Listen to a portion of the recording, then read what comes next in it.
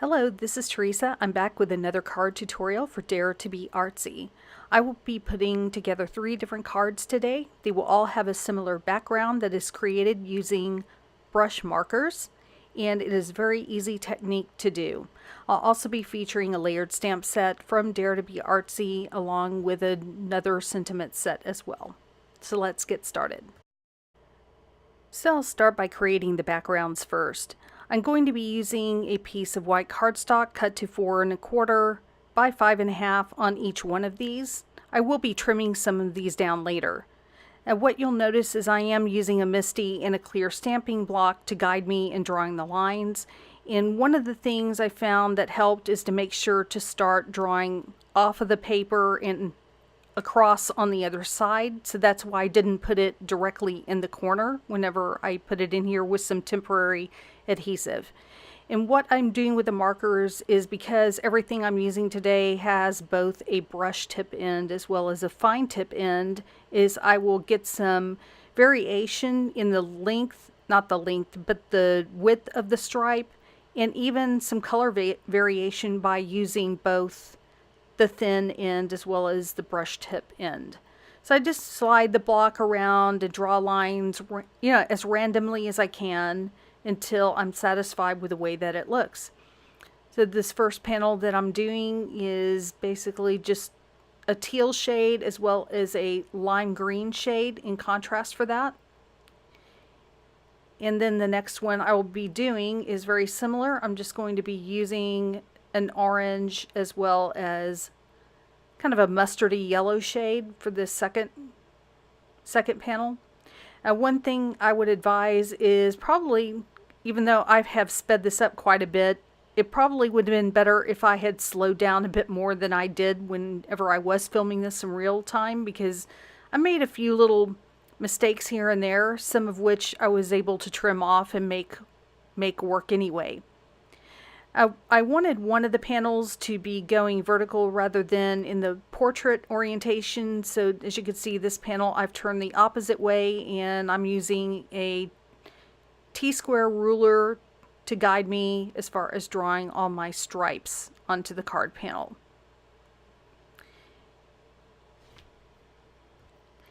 And using this kind of technique, it's even possible to create a plaid pattern if that was something that you wanted to do. And it's really easy, and markers are fairly inexpensive. Now I'm going to be moving on to the layered stamp set I'm using from Dare to be Artsy. I'm going to be stamping this outline image 3 different times across the cardstock. And by the way, I will be linking to the supplies below in case you're interested in finding out where to get these for yourself. So first I'm stamping this flower outline image 3 times in black ink, and then I will be using the layering pieces in the stamp set to color these in. So this is a faster way in general to color some flowers. There are solid pieces that match up exactly with the outline stamp, and so I'm going to be using one color when I stamp these, but by the time I stamp it with this second larger layered piece, it will make the middle of it look a little bit darker, while the petals on the very outside edge look a little bit lighter. So this is a way to get more mileage out of existing inks that you may have, and not necessarily have to use 6 different inks just to get some color variation. And after this, I'll move on to the second color in the center, which will, when it first gets stamped down, look really dark, but it will lighten up. It won't look quite as dark after it's dry. Again, I'm using the same ink, both on the first layered stamp as well as the second larger layered stamp. And I'm doing the same thing with the third flower all the way there on the left. And that completes stamping of this card panel. And for the next panel, I've cut a piece of cardstock into a 4 by 4 inch square piece. Please note the position of that small stamp that I've placed it on one side, because it will not be moving. I will be moving the paper around and stamping initially with the same color 4 different times. So basically what I'm doing here is forming a little bit of circle, so I'm going to have what looks like a little flower wreath by the time I'm done stamping everything. So this is the base layer, which I'm stamping with the same color of yellow ink. And then I will move the stamp to a slightly different position that does not overlap with where I was previously stamping, and I will do the same process again. I think this works best if you have a positioning tool like the Misti. It doesn't mean that you could not do this with a block, because you could certainly do that if you have the patience to do that. I don't, so that's why I use the Misti for these types of techniques. A lot of what you're going to be seeing on the screen is pretty repetitive. Once I stamp down this base layer of these two different colors, I'm going to stamp on the outline on each of the yellow flowers. So I've chosen a slightly darker, almost orange-ish looking ink to stamp the outline image right on top of all the flowers I previously stamped in yellow. And then I'm doing the same thing on the coral colored flowers with a slightly darker ink for the outline. And I'll just keep turning that piece of cardstock around until I've stamped over each one of those floral images. After this point, I'm going to be using the leaves in the same stamp set, and I'll initially place it in one position, and pretty much this is the same thing that I've been doing all along. I put it in that position, pick it up with a door of the Misti. I grab my first ink, which is the lighter color that I'm using for the base layer, and I'll stamp that down, and I'll keep flipping the paper in a particular direction until I've stamped it 4 times, after which I pick up the stamp after cleaning it, and I move it to another position and do the same process all over again. After completing this, there is a more detailed layer to this leaf stamp, so I will be repeating this process using that stamp with a darker green ink color. One thing I will note is the ink color I chose in this case wasn't quite as dark as I would have liked it to be. Also, I was slightly careless in as far as positioning it initially, so I was a little bit off as far as the stamping. However, I didn't let this bother me, because after all, handmade cards are not meant to be perfect. I've heard one of my fellow crafters say, they're handmade, not Hallmark. So I think a little bit of imperfection is just fine. You can certainly take the time to position it to make sure that it is exactly right if this is something that you don't like. And now that I'm completing all of the layered stamping, I will be doing a few more things to this panel a little bit later on, and I'll come back to it at that time. So moving on, I have another piece of white cardstock, again cut to 4 by 4 inches, and I've positioned the solid leafy branch in the corner facing inwards. So I'm going to be using 2 different ink colors on this one, and after I stamp it 4 different times, I change the position of the stamp, I change the color of the ink that I'm using to a lighter color, and I keep turning the cardstock a quarter turn until I've stamped 4 different times and filled up that space. I'll eventually add some more detail to this as well. At this stage, I decided to go ahead and do some embossing using the outline image that comes with this set. I'm not going to do this on every single stamped image, and I'm taking my time to be careful about lining that up so that that is not way off whenever I'm doing the embossing ink and embossing. Just to make things a little bit faster, I went ahead and stamped all 4 sides, trying to be careful not to put my magnet over a place where I previously stamped the ink. So at this stage, I don't even use a magnet at all to hold it. And then I'm going to grab some gold detail embossing powder and add that to this panel and heat set that. And then I'll put it aside and come back to add some details to it a little bit later. So as I was coming up with the ideas for today's cards, I was thinking of some of the items in my craft room that don't get a whole lot of use, and one of them is all the fun gel pens that I have in my collection. This particular set is by Jelly Roll, and it came from a fluorescent set, and I don't remember the exact name, but like I said, I will leave some links to products used so that you can find them later. I made sure to choose a contrasting color for each one of the flowers, and I'm just going in and adding some details. I mean, I started with adding dots over the center of the flower where the stamp had the little circles drawn. And then I went around the edges of those petals on the inside to add a little more detail and interest in that contrasting color. And the nice thing about these particular gel pens is they are nice and opaque, so they do provide a nice contrast against the base color that's already been stamped on. So I found this to be such a fun little step, and it really adds something without being too terribly time consuming. So as I finish up the one on the inside, I hope you'll think of ways to use something in your craft room that you haven't touched in quite some time. And now I'm going to go back to the floral wreath that I created earlier, and I'm going to use the same gel pens to add some more detail to each one of these flowers. This time I did not use contrasting colors, so I'm basically sticking with the same color, same general color as the base flower here, and using these pens to add a little more detail to those inner petals, I guess, because can't think of what to call them. I'll add that detail to all the flowers, and then I decided as I looked at this that it really did need some more contrast, and I thought the perfect way to do that would be by adding a darker center to each of the flowers.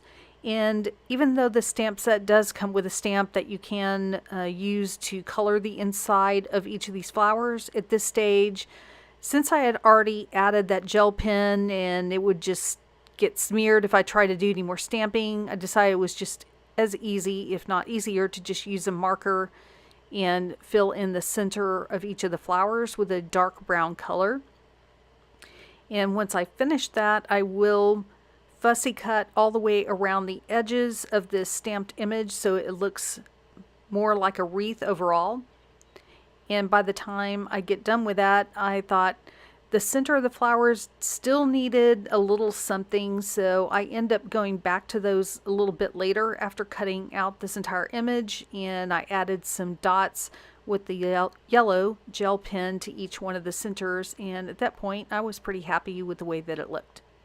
So I'm back with the circle of all the leaf or branch images that I stamped earlier, and I'm going to add some more details to this as well. I'm using the lime color gel pen to add more contrast to the dark green stamped images, and I'm adding some dots using the fine tipped end of this dark green marker on the light colored leaf stamps.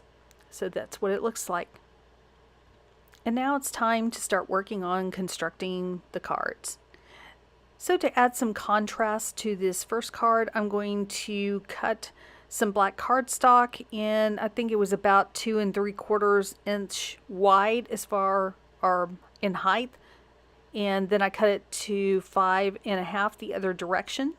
I'm going to add some not embossing powder, but I'm treated it with an anti-static powder tool. I thought I had stamped it and then realized that I had not actually stamped it at this point, so I went back, treated it with a powder tool again, and this time I made sure to actually use my Versamark ink and apply it to the sentiment stamp I intended to use and stamp it there right in the center of that panel. And I'm going to use some detail white embossing powder and heat set that, and I will put the flower image just above it, but I'm going to leave some black space above as well as, of course, below, because the sentiment is there. So after wiping away the excess powder, I'm going to trim down above and below that trio of flowers so that it fits and shows black on either side. Obviously I need enough room for the sentiment and also leave some room at the top for the black to poke out. And I love using a little bit of black with my cards that have a lot of colors in them because it makes a more sophisticated looking card, or at least it does in my opinion. It ties in with the fact that I've used black as the main color for stamping the outline images to start with, so it just helps to create a more cohesive card in the end. So what I'm doing here is I'm cutting out a piece of black fun foam because I'm going to glue that to the back of my black panel, and then that way I don't have to use a whole lot of double-sided foam adhesive tape, which can be kind of costly. And with something this size, it just works better, especially if you have to if you're going to be putting it through the mail, that it's just even all the way across the entire panel. So I'm just adding some liquid glue so that I can get it positioned just right onto this panel before I attach it to a card base. And I will trim off a little bit from the top and base of this before I do put it on a panel. I just didn't show it in the video. So now I'm moving on to the floral wreath. Now I'm going to start preparing to put that all together. Now I needed something to stamp the sentiment on, so I found a piece of white cardstock, just a scrap that I had laying around, and I'm using the same peachy pink ink that I used earlier to stamp the base layer of one of the flowers, and I'm just using an ink blending tool to add color across that piece of white cardstock so that it will match the colors that I've already been using in my project. And I will set this aside to dry for a few minutes before I come back to it and emboss it with a sentiment. I decided I was going to create a square card out of this, and one of the main reasons I ended up doing that is because when I stamped all the flowers in that wreath earlier, because I had started with that 4x4 inch piece of paper, that meant some of the leaves actually got cut off because they were sticking off the edge when I stamped it. So I decided to cut down that stripe panel so that I could line up the cut edges of those leaves with the end. And you may have seen what I was doing just before I'm getting to this step, which is I used one of the golden yellow marker to just scribble around the edges of a piece of white cardstock in a slightly larger size. And that way it provides some contrast to the layer above it. And then when I do put this all together, I will have a white card base, a white square card base underneath the entire thing. So again, I'm using Versamark ink to stamp my sentiment.